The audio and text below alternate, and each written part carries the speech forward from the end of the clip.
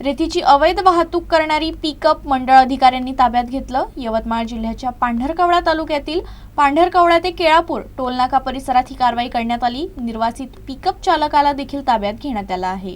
एका पिकअप वाहनातून रेतीची अवैध वाहतूक करत असताना चौकशीनंतर वाहन चालकाला ताब्यात घेण्यात आलं। तसंच त्याच्याकडून वाहनासह अर्धा ब्रास रेती साठा जप्त करण्यात आला। ही कारवाई यवतमाळ जिल्ह्यातील पांढरकवडा ते केळापूर टोलनाका परिसरात मंडळ अधिकाऱ्यांनी केली। फिर्यादीनं पांढरकवडा पोलीस ठाणे गाठून या प्रकरणी रीतसर तक्रार दिली।